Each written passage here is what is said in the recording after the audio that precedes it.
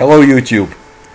It's time I discussed the stories and reports from the Russian Antarctica, from the Russian history of the Antarctica research as it pertains to the UFO sightings, reports and observations by the Russian Navy, scientists, military personnel and pilots.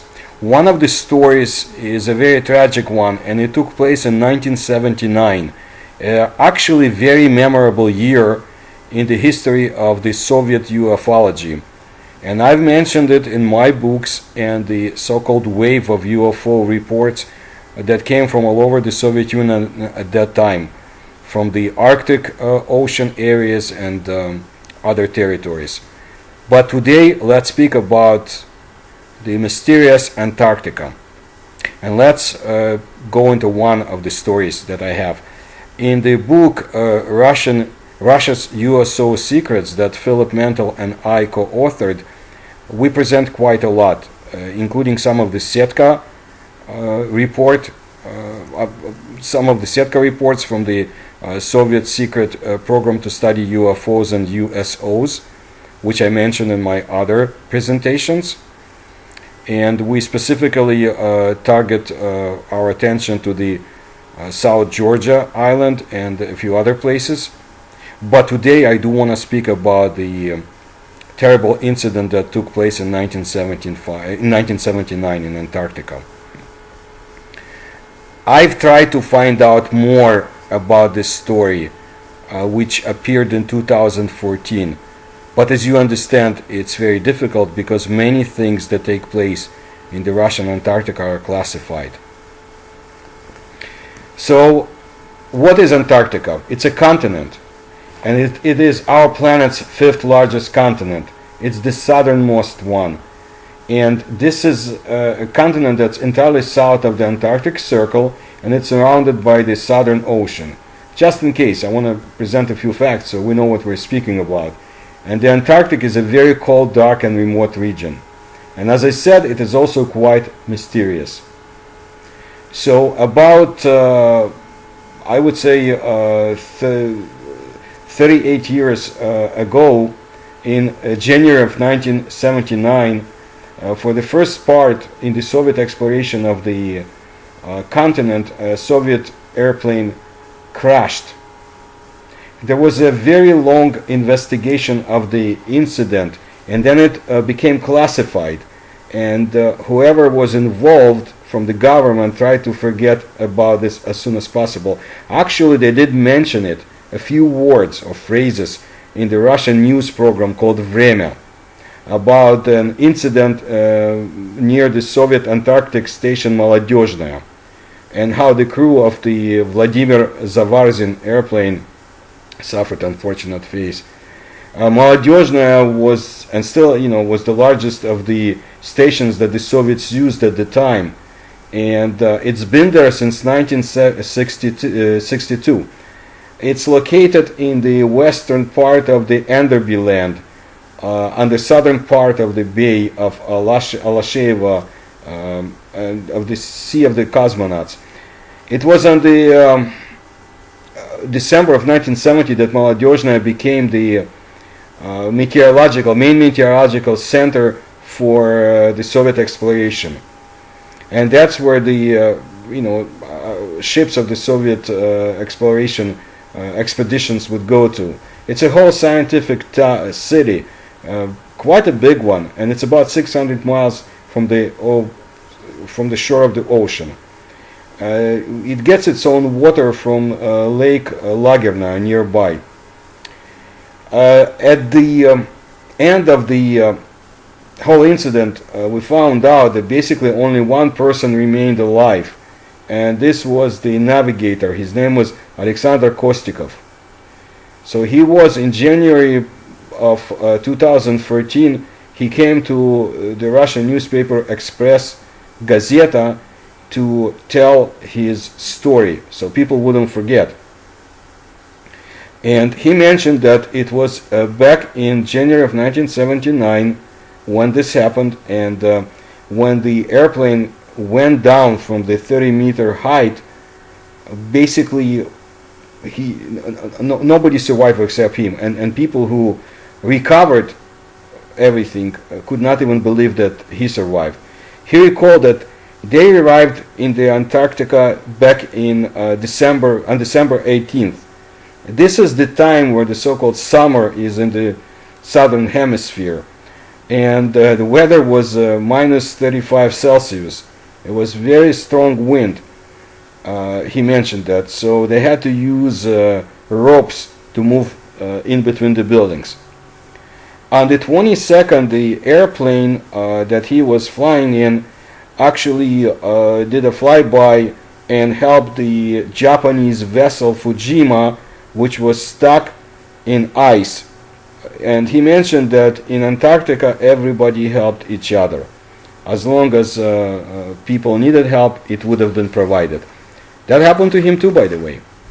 I checked, and all I found out that from February 1979, I would say, to January of 1980, there was a Japanese Antarctic research expedition in the area, which collected glaciological data.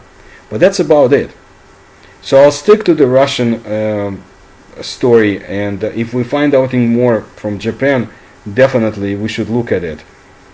Alexander Kostikov was an experienced person and navigator. He did missions in Siberia, and he was at the Novaya Zemlya, which I talked about in my previous presentations.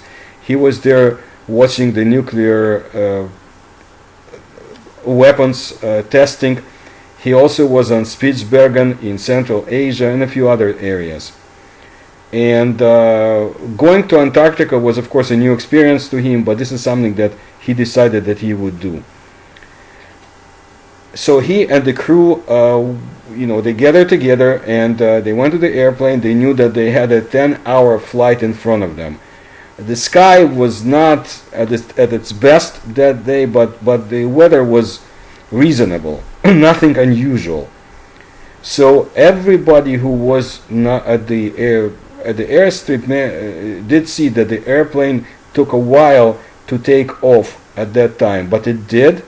And when it reached the altitude of 30 meters, all of a suddenly something came up from Earth, from the ground, in front of it. It was a gigantic snow vortex, basically a pillar made of the snow, right in front of them. And the stream, the rising air stream, was so powerful that the airplane was basically turned on its head and fell down, crashed.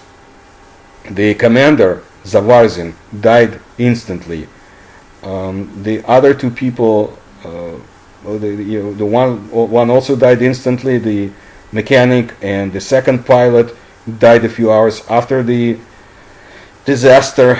There's only one person that survived together with Kostikov and suffered immensely immediately after the disaster. So Kostikov and this other person, Uzikayev, they were taken out from the crashed airplane, and they were in a very, very bad shape.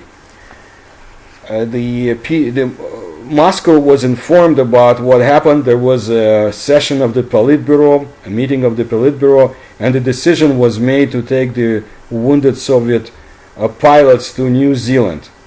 The Americans were the ones that provided the airplane, so this can be checked out too. It was Hercules C-30, and it was specially equipped for landing in the areas such as Antarctica. 10 hours later, the American airplane landed in New Zealand, not far from Dunedin.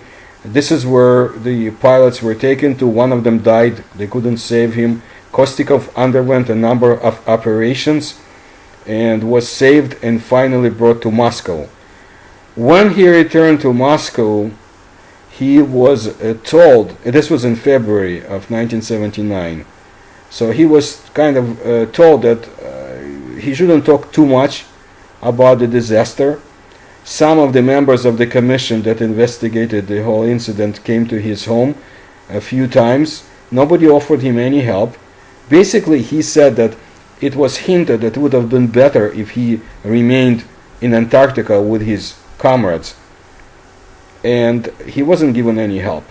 Basically, he was told to be quiet. He had to sign a document that he would not reveal the details, and capsules with the soil where the disaster took place from Antarctica were buried in the Donskoy cemetery in Moscow.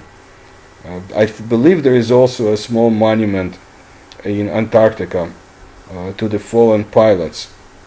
So this was basically a secret commission that investigated everything, but they did come to the conclusion that the Zavazin crew acted properly.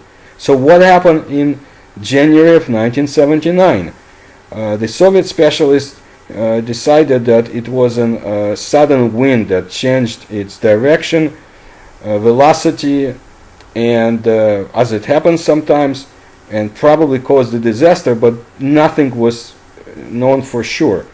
Again, this was a classified case, and Kostikov was told not to talk about it, so he didn't talk about it because he lived in the Soviet Union, and when they told you not to, you listened.